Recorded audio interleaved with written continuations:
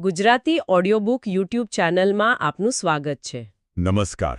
આજે આપણે એક એવા પુસ્તકની ઊંડાણપૂર્વક ચર્ચા કરીશું જે પૈસા કમાવાના આમ તો કહીએ તો આપણા પરંપરાગત વિચારોને જ પડકારે છે. બિલકુલ. પુસ્તકનું નામ છે ધ મિલિયનેર ફાસ્ટ લેન અને તેના લેખક છે એમજે ડિમાર્કો. અને આ પુસ્તક જે ધીમે ધીમે અમીર બનો વાળો સિદ્ધાંત છે ને? હા, કે સ્કૂલે જાઓ, સારી નોકરી મેળવો, 10% બચાવો અને 65 વર્ષની ઉંમરે નિવૃત્ત થાઓ. હા, આ આખા વિચારને એ નકારે છે. તો આજે આપણે આની જ વાત કરીશું. અને એ સમજવું જરૂરી છે કે આ પુસ્તક માત્ર કોઈ નાણાકીય સલાહ નથી, એનાથી ઘણું વધારે છે. મતલબ કે તે સંપત્તિ બનાવવા માટે એક સંપૂર્ણપણે અલગ ગાણિતિક અને દાર્શનિક માળખું રજૂ કરે છે. ડિમાર્કોના મતે સંપત્તિ સુધી પહોંચવાના 3 અલગ અલગ રોડમેપ છે. 3 રસ્તા? હા, સાઇડવોક, સ્લો લેન અને ફાસ્ટ લેન. આજે આપણે આ ત્રણેય માર્ગોનું વિશ્લેષણ કરીશું અને સમજીશું કે તે ક્યાં લઈ જાય છે. ચાલો, તો આને સમજીએ.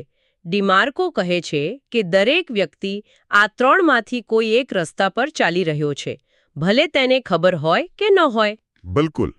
અને દરેક રોડમેપનું પોતાનું એક સંપત્તિનું સમીકરણ હોય છે, જે તેની ગતિ અને પરિણામ નક્કી કરે છે. એટલે કે દરેક રસ્તાની એક મંજિલ નક્કી જ છે. હા, સાઇડવોક ગરીબી તરફ, સ્લો લેન એક સામાન્ય મધ્યમવર્ગીય જીવન તરફ અને ફાસ્ટ લેન એ સંપત્તિ તરફ. તો સૌથી વધુ ભીડવાળો રસ્તો છે સાઇડવોક. આ માત્ર ગરીબ હોવા વિશે નથી, પણ એક માનસિકતા વિશે છે, ખરું ને? સાચી વાત છે. આ તાત્કાલિક આનંદ અને સંતોષ મેળવવાની માનસિકતા છે.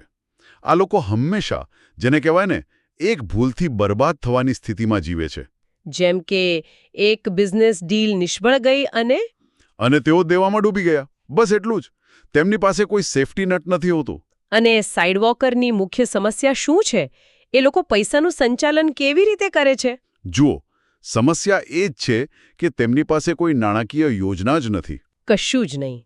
ના, જે પણ વધારાના પૈસા આવે છે તે તરત જ કોઈ નવા ગેજેટ, કોઈ સફર અથવા શોખમાં ખર્ચાઈ જાય છે. મેં સ્ત્રોતોમાં એક રસપ્રદ વાત વાંચી હતી કે વધુ આવક હોવા છતાં પણ કોઈ વ્યક્તિ સાઇડવોકર હોઈ શકે છે. ચોક્કસ. કોઈ ડોક્ટર કે વકીલ પણ હોઈ શકે. અહીં સમસ્યા આવકની નથી, પણ નાણાકીય ગેરવહીવટની છે. એટલે જો ખર્ચ આવક કરતાં વધુ હોય અને દેવા પર જીવતા હોય તો તમે સાઇડવોકર છો, ભલે તમારો પગાર લાખોમાં કેમ ન હોય. આ એક એવો રસ્તો છે જેનો અંત મોટાભાગે નાદાનીમાં જ થાય છે. ઓકે, તો હવે ઘણા લોકો સાઇડવોક પરથી શીખીને સ્લો લેન પર આવે છે. આ ખૂબ જ જવાબદાર લાગે છે, નહીં? હા, દેખીતી રીતે તો આ જ રસ્તો આપણને શીખવાડવામાં આવે છે. આપણા માતા-પિતા, સમાજ બધા જ કહે છે, સારી નોકરી કરો, બચત કરો, શેરબજારમાં રોકાણ કરો અને નિવૃત્તિની રાહ જુઓ. અને અહીં જ ડિમાર્કોનો જે વિરોધાભાસી વિચાર છે ને, તે સામે આવે છે. તે આને જીવનનો જુગાર કહે છે. જુગાર? પણ આ તો સૌથી સુરક્ષિત રસ્તો ગણાય છે. તે એટલા માટે જુગાર કહે છે કારણ કે તમે ઉજ્જવળ ભવિષ્ય માટે તમારું વર્તમાન, તમારી યુવાની બલિદાન આપી રહ્યા છો. તે આને વ્હીલચેરમાં સંપત્તિ કહે છે. વ્હીલચેરમાં સંપત્તિ? વાહ! વિચારો, તમે તમારા જીવનના 5 દિવસ માત્ર 2 દિવસની આઝાદી માટે વેચી રહ્યા છો. અને આ રસ્તાનું સમીકરણ શું છે? એની ગાણિતિક મર્યાદા શું છે? આ રસ્તાનું સમીકરણ છે સંપત્તિ બરાબર નોકરી, જે તમારું આંતરિક મૂલ્ય છે, વત્તા બજાર રોકાણ એટલે કે ચક્રવૃદ્ધિ વ્યાજ. બરાબર. આ સમીકરણમાં બંને ચલ સમય સાથે જોડાયેલા છે, જેના પર તમારું કોઈ નિયંત્રણ નથી. એટલે કે નોકરી તમારા સમયના બદલામાં પૈસા આપે છે અને સમય મર્યાદિત છે. બિલકુલ. અને ચક્રવૃદ્ધિ વ્યાજને પણ પરિણામ આપવા માટે દાયકાઓ લાગે છે. તમારી પાસે કોઈ કંટ્રોલ કે લિવરેજ નથી. મતલબ આપણે સિસ્ટમના માલિક નથી, ફક્ત એક ભાગ છીએ. એકદમ સાચું. અહીંથી વાત ખરેખર રસપ્રદ બને છે. Fast lane. આ ડિમાર્કોનું સમાધાન છે. અને એ પોતે 33 વર્ષની ઉંમરે નિવૃત્ત થયા, એટલે એમણે જે કહ્યું છે તે કરી બતાવ્યું છે. તો આ ફાસ્ટ લેન શું છે? ફાસ્ટ લેન, જુઓ, એ એક બિઝનેસ વ્યૂહરચના છે. તે નિયંત્રિત અમર્યાદિત લેવરેજના સિદ્ધાંત પર આધારિત છે. ઓકે, આ થોડું ભારે લાગ્યું. સરળ શબ્દોમાં? સરળ શબ્દોમાં તે માત્ર ઉપભોક્તા બનવાને બદલે ઉત્પાદક બનવા પર ભાર મૂકે છે. અહીં ધ્યાન સમય વેચીને પૈસા કમાવા પર નથી. પણ એવી સિસ્ટમ્સ બનાવવા પર છે જે આપણા માટે કામ કરે. બરાબર. એવી સિસ્ટમ જે 24 કલાક કામ કરે, ભલે આપણે સૂતા હોઈએ. તો આનું સંપત્તિ સમીકરણ પણ અલગ હશે, ખરું ને? બિલકુલ. ફાસ્ટલિનનું સમીકરણ છે. સંપત્તિ ઇઝ ઇક્વલ ટુ ચોખ્ખો નફો પ્લસ એસેટ વેલ્યુ. અહીં ચલ તમારા નિયંત્રણમાં છે. ચોખ્ખો નફો એટલે? ચોખ્ખો નફો એટલે વેચાયેલા યુનિટ્સ, જેને આપણે સ્કેલ કહી શકીએ, ગુણ્યા યુનિટ દીઠ નફો, જેને મેગ્નિટ્યુડ કહીએ. અને આ બંનેને આપણે વધારી શકીએ છીએ? હા, તમારી કોઈ મર્યાદા નથી. અને જ્યારે તમારી એસેટ વેલ્યુ એટલે કે સંપત્તિનું મૂલ્ય વધે છે, ત્યારે તે તમારા ચોખ્ખા નફાને ઇન્ડસ્ટ્રી મલ્ટીપ્લાયર વડે ગુણાકાર કરીને નક્કી થાય છે. આનાથી સંપત્તિમાં પગાર જેવી નહીં પણ ઘાતાંકીય વૃદ્ધિ થાય છે. એકદમ. આ જ ફાસ્ટલેનનો જાદુ છે. તો પછી કોઈ પણ બિઝનેસ ફાસ્ટ લેન નથી હોતો? ડિમાર્કોએ આને ચકાસવા માટે 5 નિયમો આપ્યા છે, બરાબર? હા, જેને સી અથવા તો NECST તરીકે ઓળખવામાં આવે છે. કોઈપણ બિઝનેસને ફાસ્ટલેન વાહન બનવા માટે આ 5 શરતો પૂરી કરવી જ પડે. ચાલો ત્યારે આ કસોટીને સમજીએ. પહેલો છે સી, એટલે કે કંટ્રોલ, નિયંત્રણ. નિયંત્રણનો અર્થ છે કે તમારા બિઝનેસ પર સંપૂર્ણ અંકુશ હોવો જોઈએ. કોઈ બીજાની માલિકીની જમીન પર તમારો વ્યવસાય ન બનાવો. જેમ કે માત્ર એમેઝોન કે યુટ્યુબ પર નિર્ભર રહેવું. બરાબર, કારણ કે ત્યાં નિયમો રાતોરાત બદલાઈ શકે છે. તમારો એકાઉન્ટ બંધ થઈ શકે છે અને તમારો બિઝનેસ ખતમ. એટલે ડ્રાઈવરની સીટ પર આપણે બેસવાનું છે. ચોક્કસ. બીજો નિયમ છે ઈ, એટલે કે એન્ટ્રી, પ્રવેશ. અને આ મને થોડું વિચિત્ર લાગ્યું.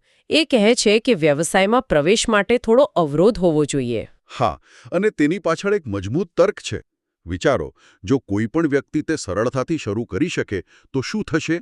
તો સ્પર્ધા ખૂબ જ વધી જશે. અને જ્યારે સ્પર્ધા વધે ત્યારે નફો ઘટી જાય. બરાબર. એટલે દરેક જણ આ કરી રહ્યું છે એ ફાસ્ટલેન માટે એક લાલ ઝંડી છે. એટલે જે બિઝનેસ શરૂ કરવા માટે ખાસ જ્ઞાન કે કૌશલ્યની જરૂર પડે ત્યાં સ્પર્ધા ઓછી હોય. અને નફાની સંભાવના વધુ. સાચી વાત. ત્રીજો અને કદાચ સૌથી મહત્વપૂર્ણ નિયમ છે એન, એટલે કે નીડ, જરૂરિયાત. મારા મતે પણ આ સૌથી મહત્વપૂર્ણ છે. તમારો વ્યવસાય લોકોની વાસ્તવિક જરૂરિયાત અથવા કોઈ સમસ્યાનો સમાધાન કરતો હોવો જોઈએ. પૈસા પાછળ નહીં, પણ સમસ્યા હલ કરવા પાછળ ભાગવાનું. બિલકુલ. પૈસા એવા વ્યવસાય તરફ આકર્ષાય છે જે મૂલ્ય પ્રદાન કરે છે. તમે મને શું મળશે એ વિચારવાનું છોડીને હું લોકોને શું આપી શકું એ વિચારવાનું શરૂ કરો. અને પૈસા આપોઆપ આવશે. હા. ચોથો નિયમ છે એસ, એટલે કે સ્કેલ, માપ. સ્કેલ એટલે તમારા બિઝનેસમાં લાખો લોકો સુધી પહોંચવાની ક્ષમતા હોવી જોઈએ. એક સ્થાનિક દુકાનનું સ્કેલ મર્યાદિત છે.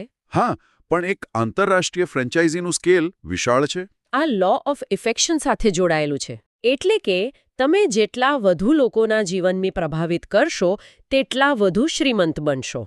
એકદમ. અને છેલ્લો નિયમ ટી, એટલે કે ટાઈમ, સમય. આ નિયમ બધું એકસાથે જોડી દે છે. તમારો વ્યવસાય તમારા સમયથી સ્વતંત્ર હોવો જોઈએ. તે એક એવી સિસ્ટમ હોવી જોઈએ જે તમારી ગેરહાજરીમાં પણ ચાલી શકે. નહીંતર તે માત્ર એક ઊંચા પગારવાળી નોકરી બની જશે. બરાબર. જેમાં બોસ પણ તમે પોતે જ છો. સાચો ફાસ્ટલેન બિઝનેસ એક મની ટ્રી જેવો હોય છે. જે નિષ્ક્રિય આવક પેદા કરે. હા, જે ફળ આપતું રહે ભલે તમે તેની નીચે આરામ કરી રહ્યા હો. તો આ બધાનો અર્થ શું છે? એવું લાગે છે કે મુખ્ય પરિવર્તન માનસિકતામાં લાવવાનું છે. એકદમ સાચું. ઉત્પાદનો ખરીદનાર ગ્રાહક બનવાને બદલે સિસ્ટમ બનાવનાર અને સમસ્યાઓ હલ કરનાર ઉત્પાદક બનવું. એકદમ સાચું. ફાસ્ટલેનર માટે સમય સૌથી મૂલ્યવાન સંપત્તિ છે. દેવું સિસ્ટમને વિકસાવવા માટે ઉપયોગી થઈ શકે છે. અને પૈસા એ અન્ય લોકો માટે બનાવેલા મૂલ્યનું પ્રતિબિંબ છે. બસ આ જ સાર છે. કાંઈ છે. ડિમાર્કો કહે છે કે સફળતા કોઈ ઘટના નથી, પરંતુ એક પ્રક્રિયા છે. આ વાતને ધ્યાનમાં રાખીને પોતાના જીવનમાં એવી કઈ ફરિયાદ છે, જેમ કે મને આ નથી ગમતું, આ બકવાસ છે, કાશ આવું કંઈક હોત, જેવી આપણે રોજ કરતા હોઈએ છીએ. હા, અને કદાચ એ ફરિયાદ વાસ્તવમાં કોઈ અપૂર્ણ જરૂરિયાત તરફ ઇશારો કરી રહી હોય. અને તેથી એક સંભવિત ફાસ્ટલેન તક હોઈ શકે છે. બિલકુલ. જે બસ કોઈના દ્વારા ઉકેલવાની રાહ જોઈ રહી છે. ખૂબ જ સરસ વિચાર છે. જો તમને આ વિડિયો ગમ્યો હોય તો આ વિડિયોને લાઇક કરવાનું, તમારા મિત્રો સાથે શેર કરવાનું અને આવા જ વધુ વિડિયો માટે આ ચેનલને સબસ્ક્રાઇબ કરવાનું ભૂલશો નહીં.